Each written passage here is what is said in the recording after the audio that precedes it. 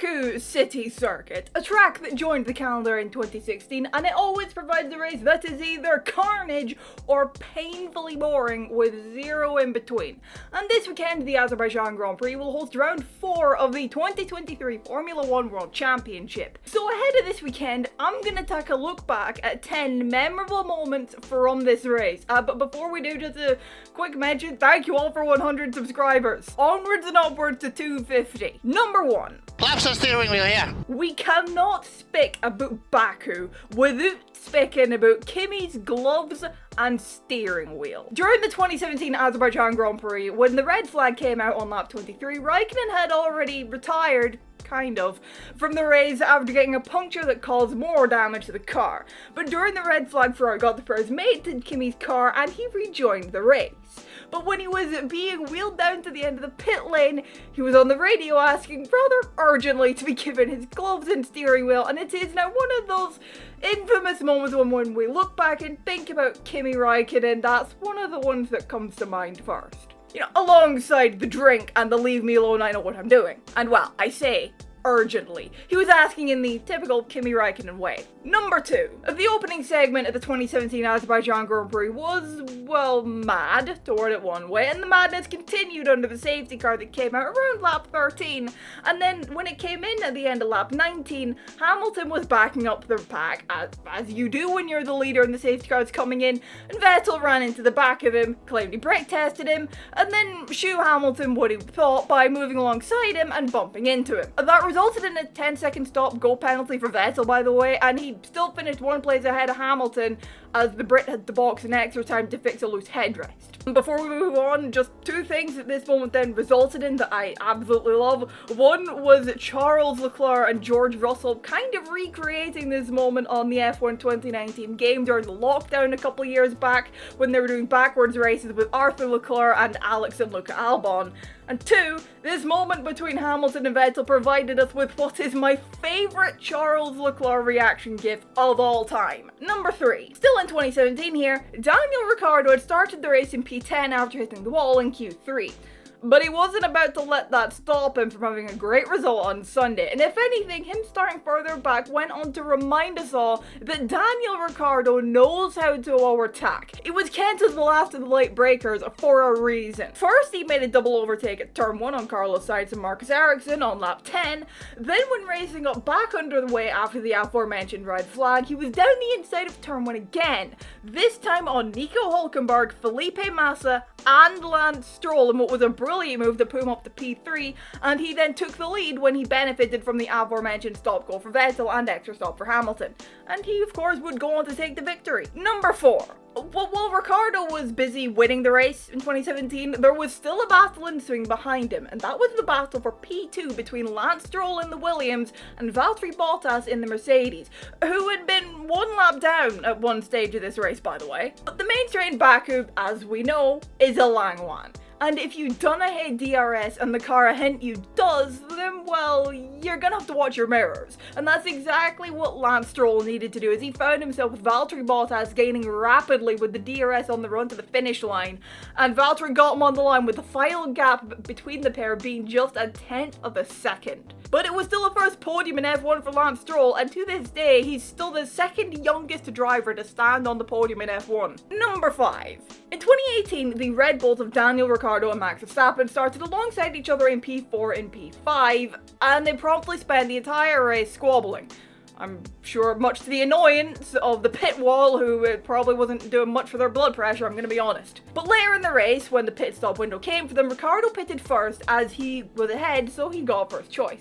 But then after Verstappen pitted a lap later, the Dutchman had overcut his Australian teammate. Ricciardo caught back up, and when he went to try and go for the move at turn 1 on lap 40, Verstappen went for a late defence on the inside where Ricciardo was braking late, and the Aussie couldn't avoid the Dutchman and ran to the back of him, sending them both out of the race and Adrian Newey off the pit wall in annoyance that they just screwed away what would have been 22 points for the team. And you know something here about the Red Bulls colliding? On the formation lap, Paul di Resta said this. What the Red Bulls mustn't do is, and they're pretty racy at times, they're normally pretty fair, is run into each other. But anyway, this very nicely brings us on to number 6. I think Ericsson hit us.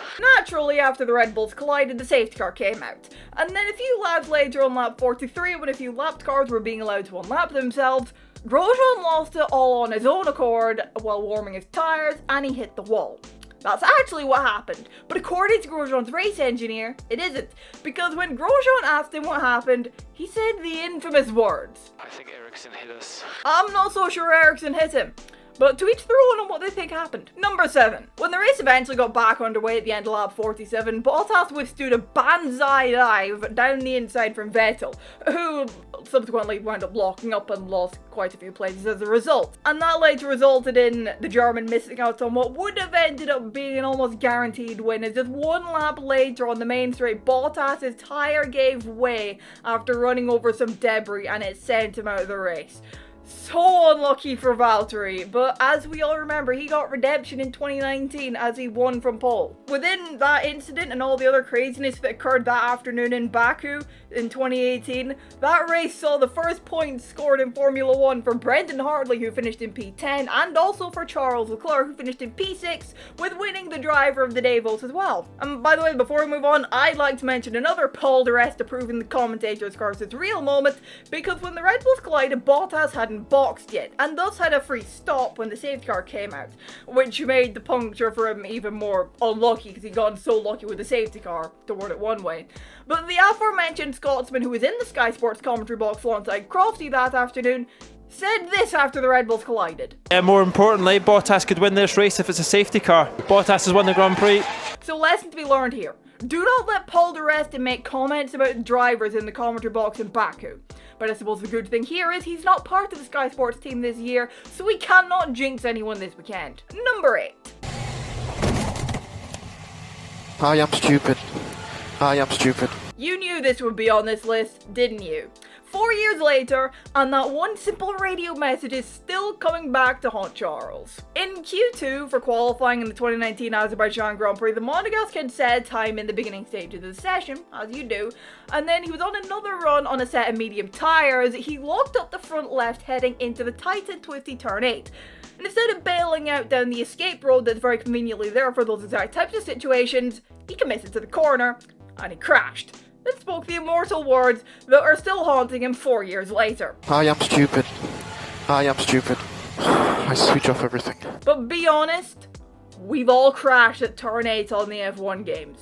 If you say you haven't, I'm willing to bet you're either a god at Baku or you're lying. And by the way, it's worth a note that if Leclerc didn't crash, I'm willing to bet he most likely would have been on pole, and if not pole, at least P2 on the grid, as he topped all 3 practice sessions, and he topped Q1 all by around 0.2 of a second or more. Number 9. He didn't quite manage pole in 2019, but he did nab what was a surprise pole at Baku in 2021 for his second pole in a row that year. You may recall that qualifying at Baku in 2021 was one covered by red flags. 2 of them came in Q1 for Antonio Giovinazzi and Lance Stroll doing the exact same thing at turn 15 as Leclerc and Verstappen did in practice, but with worse consequences, and a third came in Q2 when Ricciardo crashed into the wall at turn 3. Then we got to Q3. Eventually, where on the first run Leclerc came alive, and after a very good middle sector and a handy tow from Hamilton in sector 3, he ended up setting the time to beat of a 1 minute 41.218. Hamilton, Verstappen, Gasly and Sainz rounded out the top 5, and from there it was Norris, Perez, Tsunoda, Alonso and Bottas. And that's how it would end. As for the second race running, Q3 would end early with a red flag when Tsunoda pulled a Ricciardo at turn 3, and Sainz went off there as well for good measure. I don't think heading into that weekend, any of us expected to see a Ferrari on pole given the high-speed nature of the track. But that's exactly what we got. And number 10. If we move ahead to the race in 2021, and there was a couple of tyre problems. Stroll had a rear left puncture at the end of lap 29, and then the exact same thing happened to Verstappen at the end of lap 45. The latter puncture brought out the red flag, and when the race got going again, there were 2 laps remaining, with Perez on pole, Hamilton alongside in P2, and Vettel, Gasly and Leclerc rounding off the top 5. Hamilton got a good start, and it looked like he would have Perez at turn 1 and retake the lead of the championship that he'd lost the race prior. But then it happened. Hamilton locked up, went deep, and fell out the points. But the best thing about this moment is, without question, Mark Webber trying to do his best impression of Hey Hey from Moana. Corporate needs you to find the differences between this picture and this picture. Lewis Hamilton takes it away, but he locks up, and he's lost it! They're the same picture. And finally, a small bonus one. The thing I think is pretty wild about Baku is that we've had 6 races in Baku, but we've never had a repeat winner or a repeat fastest lap setter, and we've only had 1 repeat pole sitter. For winners, we've had Rosberg in 2016, Ricciardo in 2017, Hamilton in 2018, Bottas in 2019, Perez in 2021, and Verstappen in 2022. For fastest laps, we've had Rosberg in 2016, Vettel in 2017, Bottas in 2018, Leclerc in 2019, Verstappen in 2021, and Perez in 2022. And finally, for pole sitters, we've had Rosberg in 2016, Hamilton in 2017, Vettel in 2018, Bottas in 2019, and then finally, our only repeat pole sitter at Baku was Charles Leclerc in the aforementioned 2021 and also last year in 2022. Will 2023 be the year of our first repeat winner in Baku?